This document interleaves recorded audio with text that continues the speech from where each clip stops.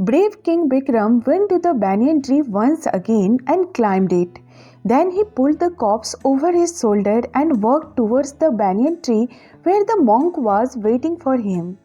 But Vetal spoke up.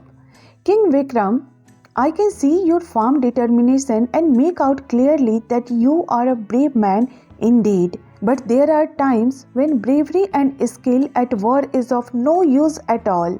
Those are the times when cleverness and thinking are much more important. Lack of these qualities can bring to despise any work you had aimed to do. The story I'll tell you now will make you understand what I want to say. A long time ago in Patliputra, there lived a merchant called Jayanand. An orphan youth named Vishak lived with him. As he was the son of distant relative, Jayanand had let him stay in his house. Vishak was a handsome young man, full of intelligence, wit and a treasure of dreams. But he was treated like a servant at the Jayanand's house. He used to keep bemoaning his ill fate. He kept thinking all the time how he could also become rich like Jayanand. He built castle in the air all the time and saw strange dreams at night. Once in the afternoon, Vishak was lying and dozing. He dreamed that he had become more richer than Jayanand, and Jayanand had become a beggar after having lost all his wealth. Jayanand worked for Vishak as a servant. In his half-asleep state, he called out, Hey Jayanand, you lazy fool, where are you? Come here this minute. By chance, Jayanand was passing by the couch. When he heard these words, he lost his temper. He woke up Vishak and beat him. He threw him out of the grand mansion. When Jayanand's relatives, maids, servants and neighbors saw Vishak being treated this way, they made fun of him. Not being able to bear such an insult, Vishak left Patliputra and walked off to the forest. There, he saw a hermit meditating under a tree. Vishak bowed to the hermit with folded hands and paid his respects. The hermit, impressed by this, and asked him, Yes, son, what can I do for you? Do you think can I help you anyway? Vishak told the hermit all about what had happened with him in Patliputra, and then he requested, Oh holy sir, please give me powers so that Jayanand falls at my feet and begs for forgive. Using his powers, the hermit learned all about Jayanand's past. Then he addressed Vishak, Son, Jayanand has earned the high place in the society due to his hard work and his skill. You are dreaming of becoming a rich man without any hard work. This is like dreaming while you sleep. You must do some work to achieve fame, name and fortune. Holy sir, said Vishak, what you are telling me is nothing new. Everyone says this, but if you want to prove that you are a great learned scholar, then you must grant me powers which would make my dreams come true. The hermit smiled and said, All right, son, I'll do what you want. I will give you a month.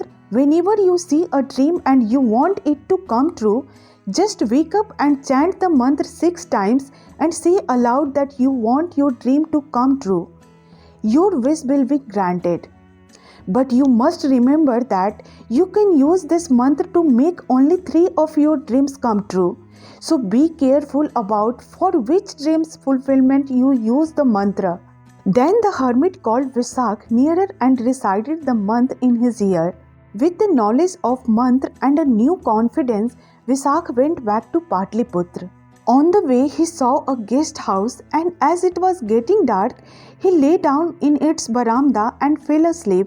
As he slept, he dreamed that Jayanand was applauding to him and he was also offering his only beautiful daughter's hand in marriage to him. Vishak woke up with a start and decided to taste the hermit's mantra. So Vishak recited the mantra 6 times and wished that his dreams must come true. A few minutes later, he heard the sound of pipes and drums. He looked around and saw Jayanand leading a band of musicians towards Vishak. He came and stopped near Vishak and said, Son, forgive me for the way I treated you. Please come back home. I wish to marry my daughter Malini to a worthy, handsome young boy like you. Please accept this proposal to prove that you have forgiven me. Vishak accepted the proposal instantly and then went with Jayanand. Vishak's dream came true, and amidst a grand arrangement of music, lights, flowers and decorations, Vishak wed beautiful Malini. Now Vishak led a luxurious and happy life in Jayanand's house. Jayanand treated him well, for he was his son-in-law now. But the servants, maids, relatives and neighbors of Jayanand could not take this.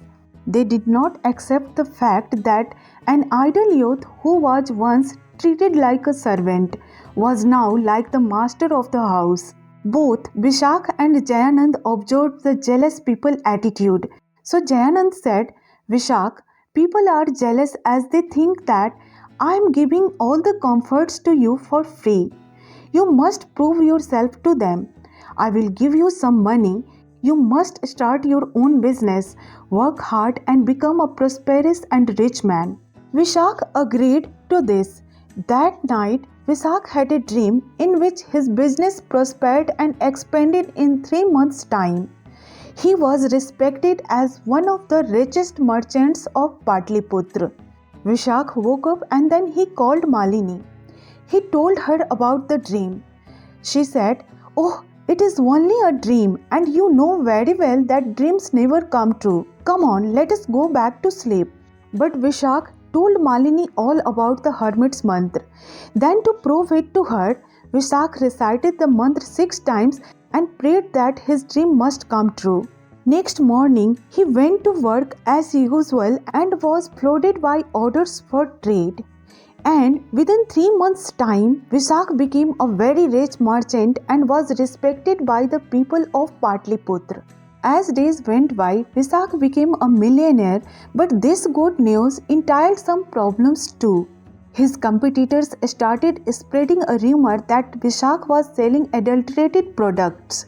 Some started saying that by meddling with his accounts, he showed less than his actual profits to avoid paying income tax and other royal taxes. By doing this, he was cheating both the king and the public of Patliputra. Soon enough, the king of Patliputra heard these rumors too. A case was filed in the royal court and the king summoned Vishak. He said, Vishak, I have heard that you have avoided paying taxes and have hoarded a lot of money. You must now pay 10 times the royal tax amount within 10 days' time. If you do not do so, you will have to face 7 years imprisonment. Vishak had never faced a more difficult situation than this one. As ill luck would have it, his father-in-law Jayanand fell ill and passed away within a few days. Thus, Vishak had no one to guide him or advise him in such difficult times. One night, when Vishak was sleeping, he dreamed that he had become the king of Patliputra and was punishing his competitors for spreading false rumors about him. Vishak woke up and told Malini about the dream he had seen.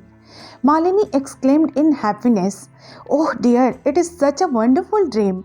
If you become the king of Patliputra, you won't have to pay any taxes. You would be able to punish the meddling competitors and we would have a grand, luxurious life with nothing to worry about. Now, you must recite the hermit's mantra and make this dream come true. But Vishak grew silent and thoughtful. He told Malini that he was going to meet the hermit and left for the forest. He went and bowed to the hermit and said, Holy sir, I do not want to use the mantra for the 3rd time. Please take away the power of mantra from me. The hermit smiled and said, I did not think that your heart will be lit by the light of knowledge so soon. I hereby make the mantra powerless. Now you are free of its power. You may go now. Vishak went back to Patliputra and sold off all his property. He paid the royal taxes as per order of the king. Then, with a small amount of money, he left for a small town with Malini. There in the town, he started a small business and was content with what he earned. So, he and Malini rest of their lives full of joy and contentment. Then Vetal asked, King Vikram, the story is over. Visak could have made his dream come true and become a king. He lost a golden chance to punish his competitors. Wasn't he foolish or not using his month for the third time? Can you tell me why Visak behaved in such a way? But remember, I know it well that you know the right answer to my questions. If you will give the right answer to my questions, I will fly back to my banyan tree. But if you will give me wrong answer, even after knowing the correct one, your head will burst into 1,000 pieces. After a few thoughtful moments, King Vikram said, if all our dreams come true, then life would not be interesting at all. Joys and sorrows, success and failures lend a beautiful hue to our life. Other than this, it is the fruits of hard work that taste sweet. If all our dreams come true, then there would be no importance of hard work, and people who want to earn respect with hard work could not achieve their aim. And that was the only thing which the hermit wanted Visak to learn in life. When he gained the position of rich son-in-law without any hard work, he became the target of jealousy. The same way, he became a millionaire without working hard for it and also became the target of competitors' ill feelings.